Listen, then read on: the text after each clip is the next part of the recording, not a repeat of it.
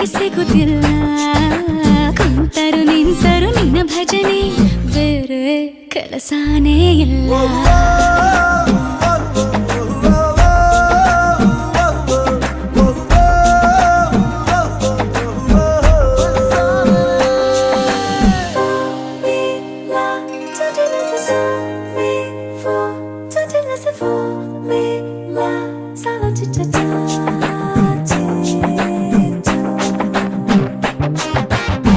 ದಿನ ರಾತ್ರಿಯು ನಿಲ್ಲದೆ